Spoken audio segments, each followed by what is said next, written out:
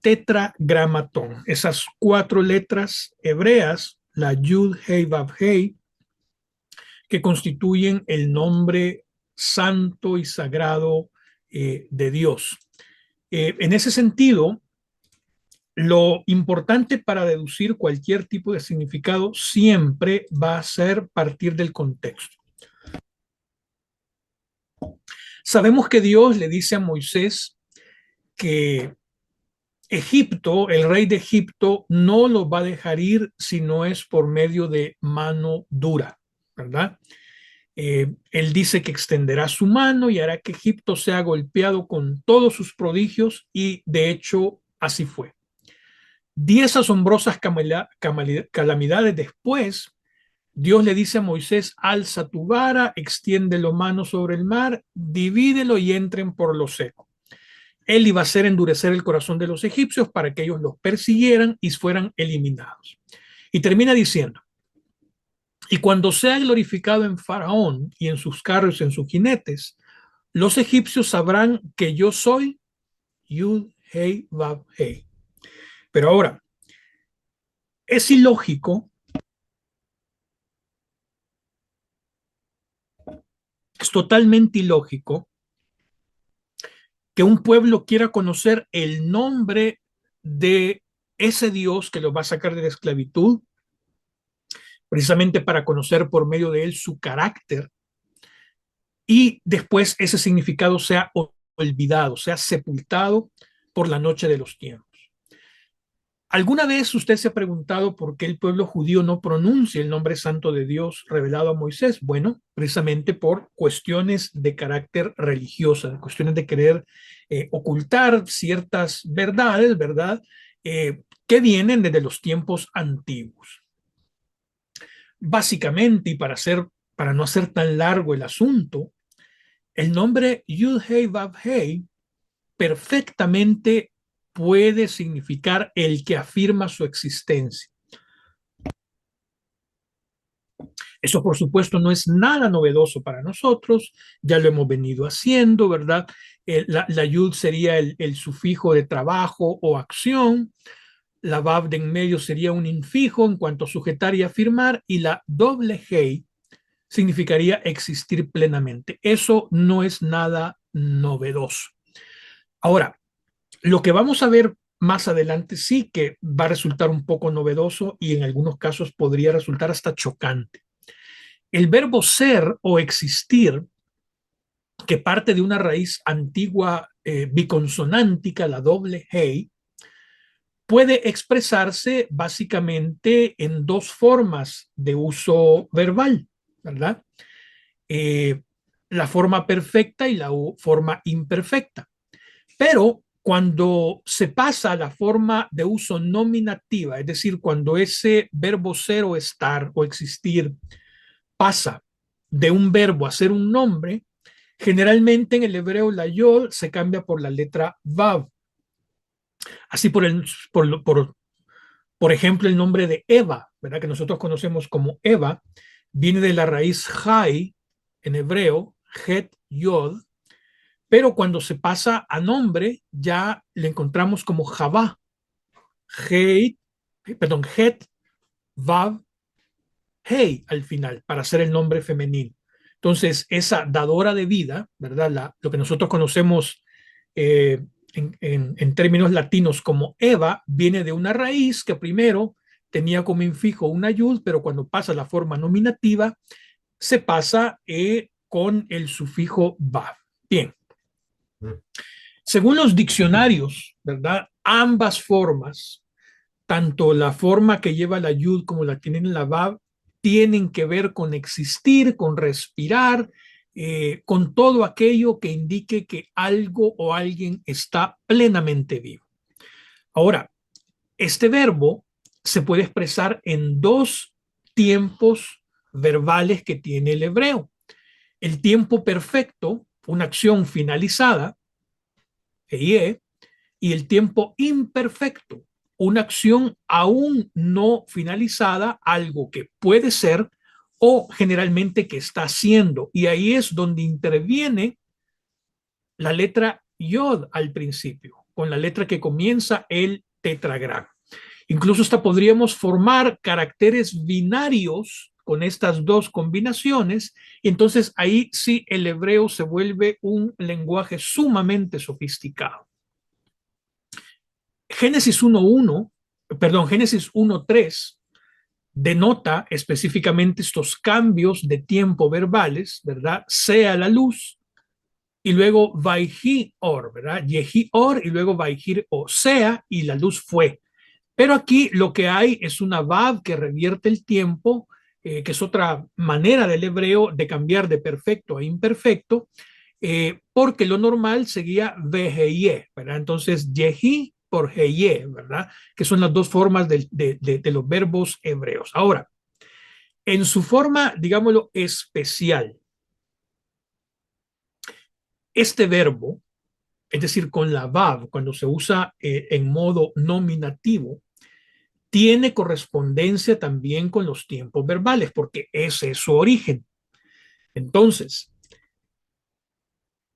ave o avá, que sería el tiempo perfecto, tiene su contraparte en el tiempo imperfecto, algo que está haciendo en yivé, que probablemente sea la pronunciación original del tetragrama sagrado, que se dejó de usar por razones estrictamente religiosas. También podemos aplicar eso al Nuevo Testamento cuando en el otro Bereshit, ¿verdad? Cuando dice enargen, enólogos, caiologos, emprostontheon, caiteos, enólogos, cuando habla de logos específicamente y habla del verbo ser o estar, si nosotros suponemos que eso tuvo un origen en un pensamiento semítico, perfectamente lo podemos traducir de esta forma. Bereshit Yive Adavar. En principio, existe eternamente la palabra. Beadavar Yive Lifne a Elohim. Y la palabra existe eternamente ante el muy poderoso. Ve Elohim Yive Adavar. Y el muy poderoso es eternamente la palabra. Es decir, ahí hay una conexión semítica tan profunda, a pesar de que el Evangelio según Juan nos llega en griego, que perfectamente podemos deducir de dónde proviene ese enigmático comienzo del Evangelio que se desliga de los otros tres sinópticos y que comienza con una teología totalmente novedosa, pero con raíces profundamente hebreas. Es decir, cuando el texto que nos llegó en griego habla de logos, lo que está hablando es de adabar. Y la palabra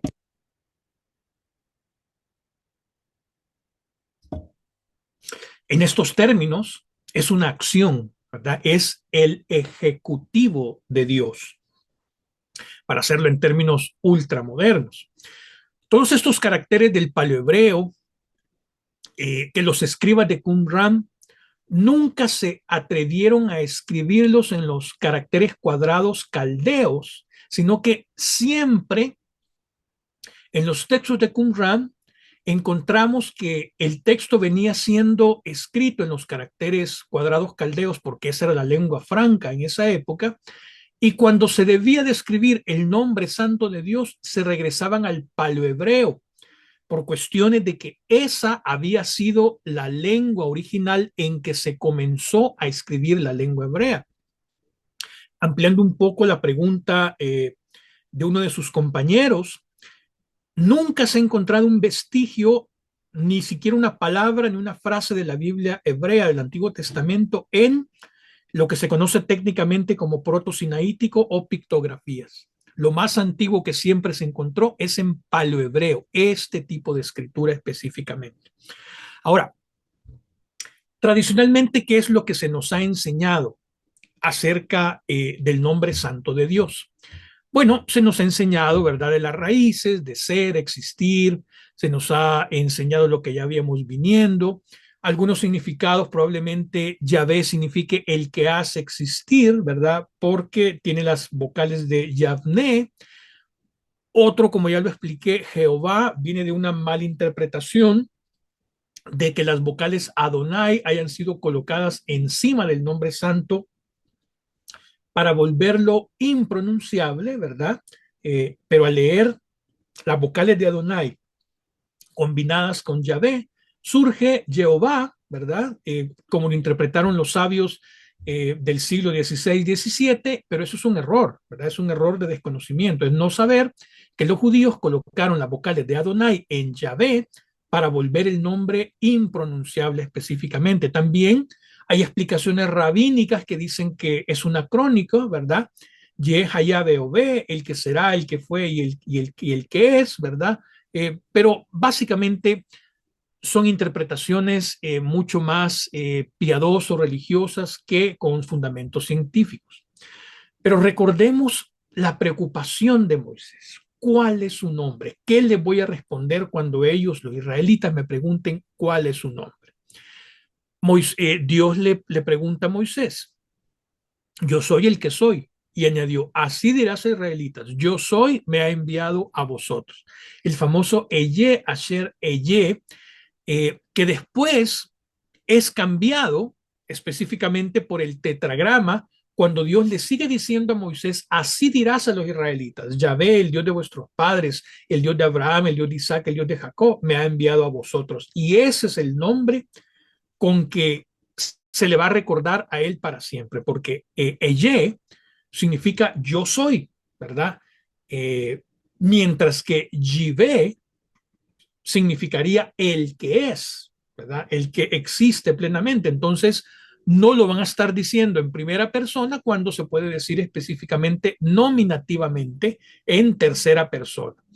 El famoso Eye, Asher, Eye no se puede entender sin entender la gran división que hay entre los verbos en hebreo.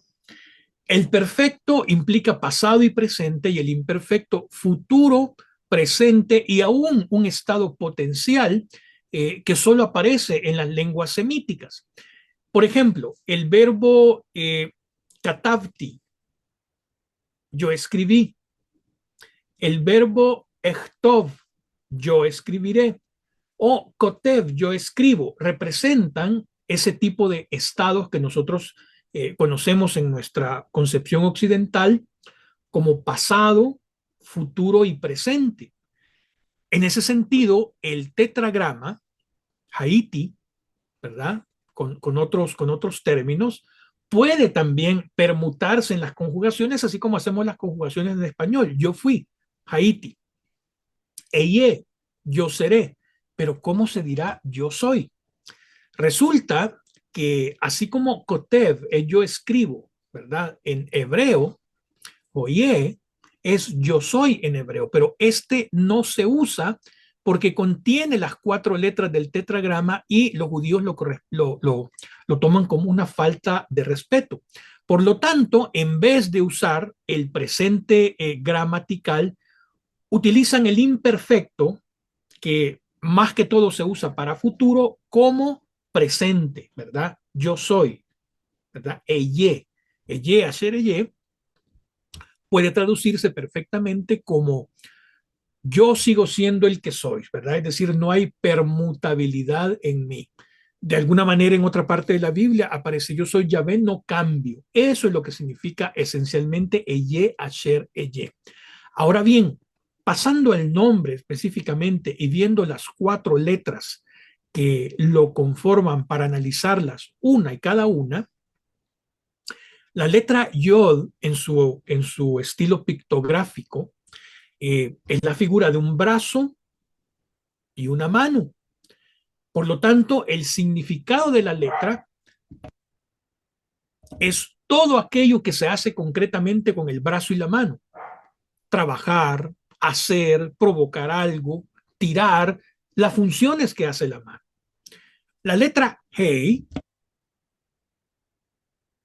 es alguien que está vivo y que levanta los brazos como de asombro. Para estar vivo y poder levantar los brazos se necesita respirar, ¿verdad? Y respirar en las antiguas culturas es sinónimo de estar vivo, sinónimo de estar con vida, de no estar muerto. ¿Cómo se representaría un ser muerto? Pues alguien que no está de pie, está tirado en el suelo y está con los brazos caídos y la cabeza de lado.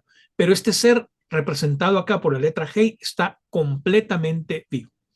La Vav no es otra cosa que una clavija o un gancho con la cual se sujetan las cuerdas que sostienen la tienda. Por lo tanto, su función es sujetar, evitar que la cuerda se resbale, sujetar algo. La letra G ya la vimos.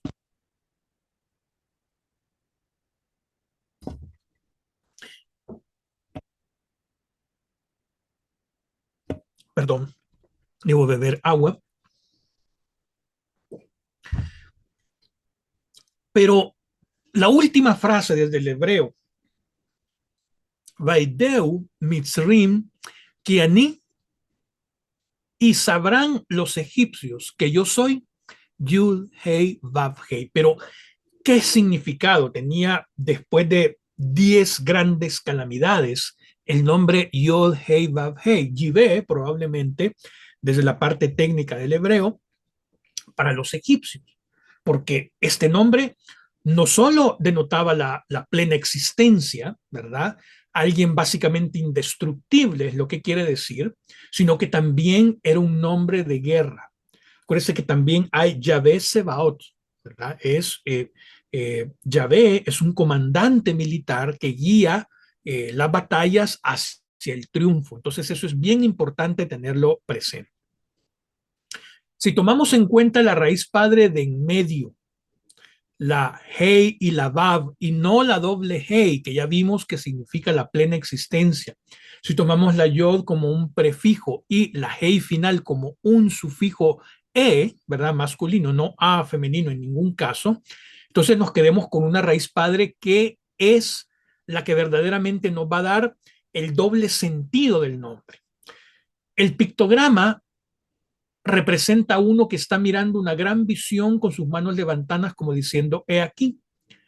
Esta raíz está estrechamente relacionada con la Hey Aleph, Hey Hey y Hey Yod, pero en este caso, en este caso específicamente, significa un desastre, un suspiro quejumbroso de un desastre o una calamidad, algo que se viene en contra de alguien. Entonces, ahí sí comienza todo a tener sentido, porque por ejemplo, Génesis 1:2, que dice desde el hebreo Behaaretz Hayetá, Tohu Babohu, utiliza específicamente la misma raíz Hei Vav.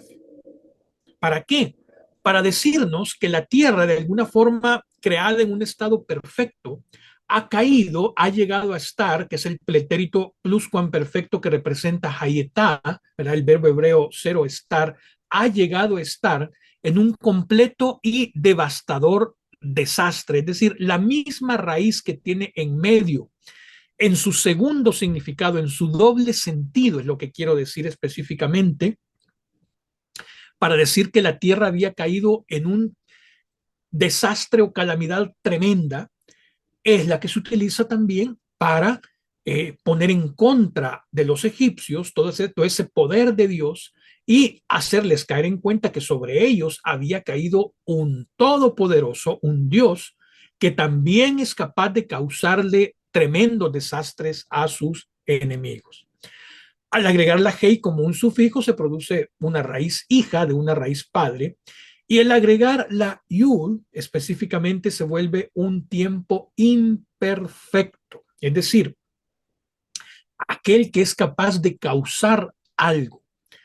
En ese sentido tenemos palabras homógrafas también en el hebreo, palabras que se escriben igual, pero que tienen significados diferentes. Ejemplo en español, el vino de tu localidad es muy bueno, se refiere a la bebida.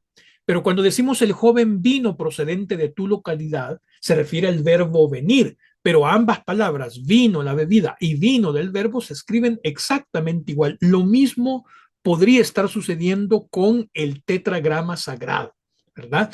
Porque si tomamos en cuenta las raíces normales, obviamente, el que persiste en ser, el indestructible, el que siempre es, fue y será, ¿verdad? Ese es su significado normal. Pero si cambiamos de raíz y permutamos a otra de las raíces posibles, el significado de Yahvé cambia a el que les causa un gran desastre, ¿verdad? Y es una raíz que existe hasta en el diccionario Strong, ruina, desastre, la raíz Jehová, ¿verdad? Específicamente, calamidad, un evento muy malo, ruido de algo muy malo. Y entonces ahora el Éxodo 14, 18 y 27 comienza a tener sentido, porque lo que iban a entender tanto el pueblo de Israel no es solo que los iba a sacar la mano poderosa de un Dios indestructible, ¿verdad? En cuanto al verbo ser, sino que también dice, y cuando sea glorificado en Faraón y en sus carros y en sus jinetes, los egipcios sabrán que yo soy el que les causa un gran desastre. El verso 27 también. Y Moisés extendió su mano sobre el mar y al amanecer el mar se volvió a su impetuosidad y los egipcios al huir chocaban contra él. Así trastornó el que les causa un gran desastre a los egipcios en medio del mar. Entonces, ahora sí, podemos entender, o por lo menos no podemos aproximar a por qué poco a poco este significado estuvo siendo ocultado y qué es lo que significaba realmente para alguien que hablara la lengua hebreo en el siglo XIV, XV o XIII, si usted lo prefiere, antes de la era cristiana. Alguien indestructible por un lado, pero el doble sentido era que también es indestructible, podía causar grandes desastres a sus enemigos, tal como él mismo lo comprobó en toda la narrativa del Antiguo Testamento. Por lo tanto, como todo nombre hebreo debe significar algo, de lo contrario, no es un nombre hebreo. Si tomamos como raíz la doble G, diríamos que es el que sostiene su existencia permanentemente, alguien indestructible realmente. Y si tomamos la raíz como la Hey y la Vav, es decir, la raíz de en medio, tenemos el doble sentido que es el que causa grandes desastres a sus enemigos.